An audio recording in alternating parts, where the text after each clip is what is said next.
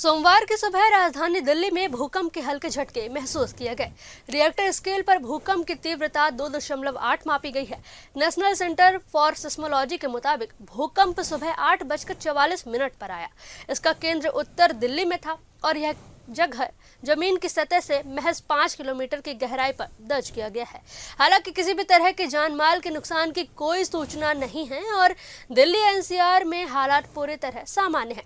विशेषज्ञों का कहना है कि 2.8 तीव्रता के भूकंप से आमतौर पर नुकसान की आशंका नहीं होती, लेकिन ऐसे झटकों को नजरअंदाज भी नहीं किया जाना चाहिए।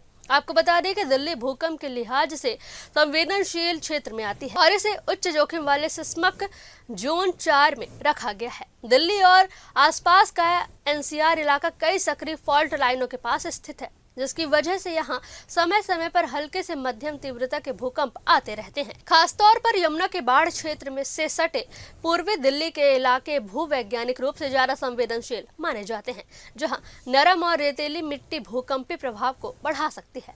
नेशनल सेंटर फॉर सिस्मोलॉजी ने एक आधिकारिक बयान में कहा है कि भूकंप की स्थिति पर लगातार नजर रखी जा रही है और फिलहाल घबराने की कोई जरूरत नहीं है।